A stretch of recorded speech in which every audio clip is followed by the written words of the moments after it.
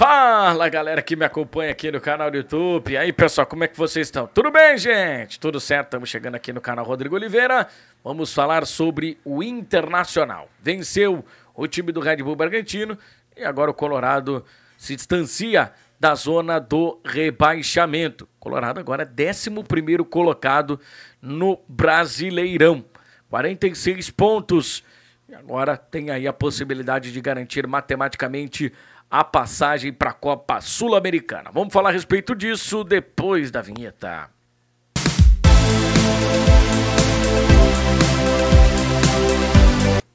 Mas antes de prosseguir com o vídeo, eu queria pedir para você se inscrever no canal, ativar as notificações clicando no sino, deixar o like, comentar e compartilhar. Vamos lá então, pessoal. Jogo muito difícil, jogo muito complicado, um adversário muito qualificado do outro lado. Então, eu acho que o torcedor do Inter não esperava facilidade nesse duelo contra a equipe do Red Bull Bragantino. E quem viu o jogo, quem acompanhou o jogo, teve a total certeza de quem falava isso no pré-jogo, que seria um jogo muito difícil, uma partida muito complicada, acabou acertando. E realmente foi. O Bragantino é um time que ele independe do local que está jogando, ele vai praticar o seu futebol, ele vai praticar, né, o seu modo de atuar, seu estilo de jogo. Isso é muito interessante, né? E contribui para o Bragantino, porque é um time que, teoricamente, tem uma certa tradição. Cidade de Bragança Paulista, já foi campeão estadual, mas nesse novo formato, turbinado pela Red Bull, ele é um time que tem a sua cobrança, mas não é aquela cobrança como tem o Internacional, como tem o Grêmio, como tem o São Paulo, como tem o Corinthians, enfim, como tem esses times grandes do futebol brasileiro. Então, para o Bragantino jogar da mesma forma como joga em casa, joga fora, é muito mais fácil do que, por exemplo, para o Internacional e também para a equipe do Grêmio, que além de estarem preocupados com a performance, eles têm que estar preocupados com o resultado. E nesse caso, o resultado entre Inter e Bragantino era muito mais importante do que a performance. E isso ficou muito claro. Era um ambiente tenso para o Inter, porque o Inter tinha muitos desfalques, tinha problemas na sua espinha dorsal, sem o Charles Arangues, sem o Alan Patrick, que são dois pilares desse meio campo, jogadores titulares, que, né, fazem com que o time jogue, que o time marque, enfim. São dois jogadores extremamente importantes e de qualidade europeia, né, jogadores de um nível acima da média do futebol brasileiro. E aí você tem alguns jogadores que ainda estão meia bomba, como a gente costuma dizer, jogadores que não estão performando, principalmente por conta da questão física. No primeiro tempo o Inter perde o Vitão, tem que fazer a reposição com o Igor Gomes, e aí o Inter já perde na questão da qualidade, porque o Vitão hoje é titular indiscutível do sistema defensivo do Internacional, por mais que ele não esteja performando aquilo que ele já performou com a camisa colorada. E no ataque, né, do meio para frente, como eu já mencionei, sem o Arangues, sem também o Alan Patrick, com jogadores que têm um pouco de desconfiança, no caso aí do Bruno Henrique e também do Carlos de Pena, que acabaram sendo os substitutos, tanto do Arangues como também do Alan Patrick. Esses caras acabaram até tendo uma boa atuação. E era isso que o Inter precisava, ser seguro e conseguir o resultado. A atuação ficou em segundo plano. Eu acho que todo torcedor que foi no Beira-Rio, ou aquele torcedor que acompanhou, seja pela televisão, seja pelas plataformas digitais, seja pelo bom e velho rádio, o torcedor ele acabou ficando satisfeito e muito satisfeito com o resultado. E como eu falei na abertura do vídeo, o resultado era muito mais importante do que qualquer tipo de performance, qualquer tipo de avaliação em relação à atuação dos jogadores.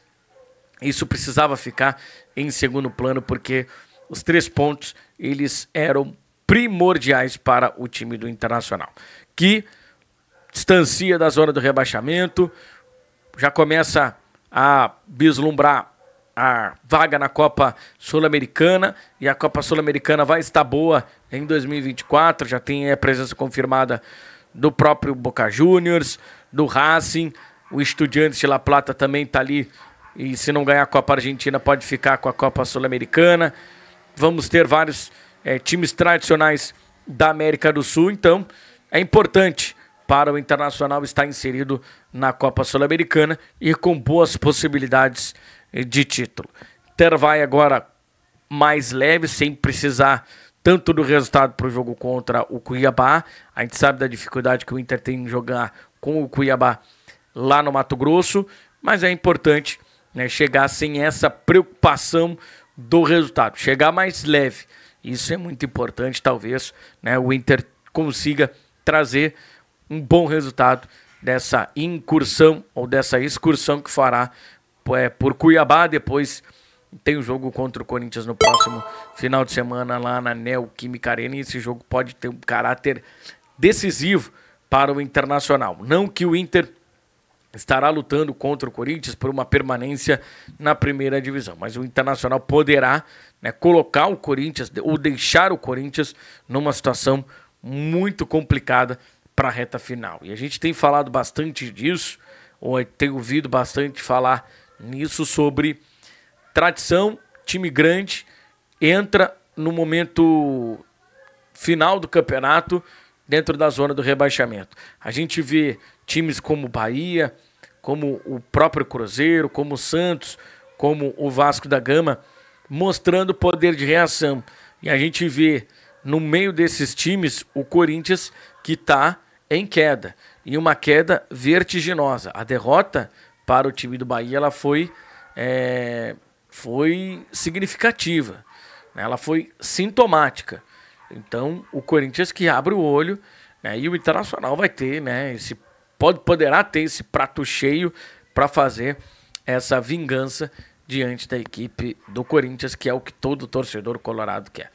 Mas enfim, acho que fica muito mais leve o dia a dia do Internacional, fica muito mais leve os treinamentos, vai ficar muito mais leve esse jogo contra o Cuiabá, justamente por conta desse resultado que era imprescindível. O Internacional precisava vencer, precisava do resultado, e que foi muito importante essa vitória diante da equipe do Red Bull Bragantino. E mais uma vez, né, gente? Mais uma vez a gente abre a rede social, vê, né, essa rivalidade, essa crítica, por vezes demasiada, da torcida do Inter. Eu entendo que a torcida do Inter ela tem um tom mais crítico em relação a outras torcidas, e até fazendo um comparativo com o Grêmio, né, o Grêmio, a torcida ela tem um tom crítico, mas no momento de apoiar é um apoio incondicional. No Inter não. No Inter a gente tem essa divisão em momentos, né, em que o time não está bem, se tem muita contestação, ninguém prensa, tem que mandar todo mundo embora, tem que mandar todo mundo para casa do chapéu, não vale a pena, né, manter mais ninguém. E foi o que aconteceu com o Enner Valencia, né? O Enner Valencia, ele acabou, né, pagando pelos gols perdidos contra o time do Fluminense. Acredito que se o Enner Valencia tivesse uma pré-temporada, se tivesse mais descansado, muito provavelmente ele não tivesse perdido aqueles gols. Mas é do futebol, é do jogo. Daqui a pouquinho ele tem a oportunidade de fazer um gol extremamente importante e colocar o Inter numa decisão de Copa Sul-Americana, conquistar o título. Quem sabe? Ele pode. Ele tem essa possibilidade, ele tem qualidade.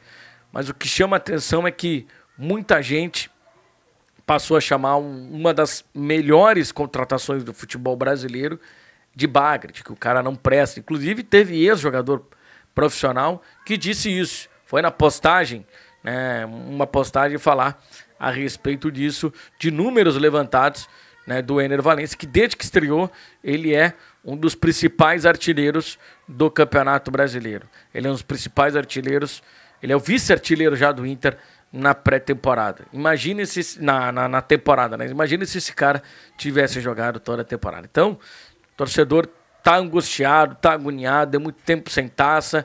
Então, qualquer momento o torcedor acaba perdendo a paciência, mas é importante saber que esse time com um DNA de um time forte tá se formando agora. Chino Rocher, o Bustos, que já tá aí indo para a terceira temporada, o Gabriel Mercado, que é um cara experientíssimo, o René, que é um baita lateral esquerdo, tem aí no meio campo o Arangues, que voltou nessa temporada, o Alan Patrick, no ataque tem o Ener Valencia, tem o Wanderson, que está cada vez no nível superior. Então, torcedor do Internacional, tenha paciência, por mais que seja difícil pedir paciência nesse momento, mas eu acho que talvez esteja muito mais próximo de o torcedor voltar a soltar esse grito de campeão do que ele imagina. Te inscreve no canal, ativa as notificações clicando no sino, deixa o teu like, curta, comente e compartilha. Um abraço e até o próximo vídeo. Tchau!